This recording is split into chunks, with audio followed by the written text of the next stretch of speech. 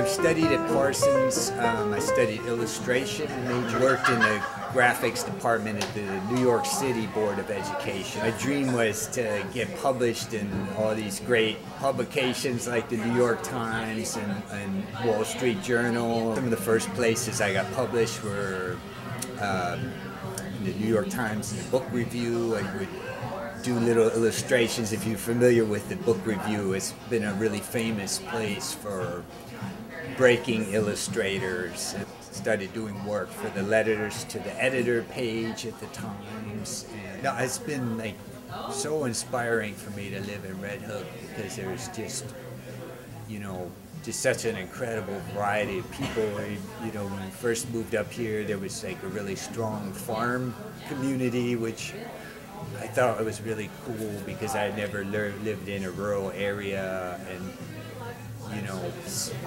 living in a village where there's so many people from Bard College and Marist and all these other educators right in this town, and artists that moved up from New York City. It's been like a really great experience. I get into these great conversations with so many people up here. Because I do work alone a lot, I love coming to Taste Buds, which is sort of like an office away from home. I come in here a lot and I draw people who are actually sitting here. And one thing an illustrator always has to do is keep drawing from life. It's really important I always keep just a little sketchbook.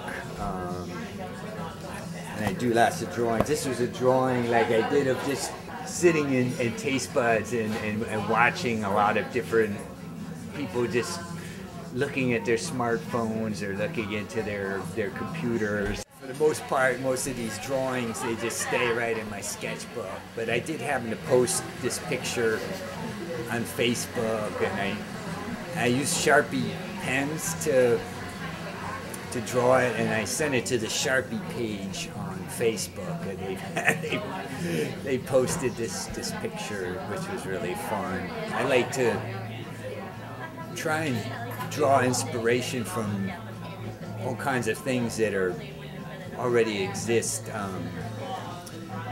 Like I love drawing on like a lot of different found objects, and so this whole book that was just falling apart, it was just really great to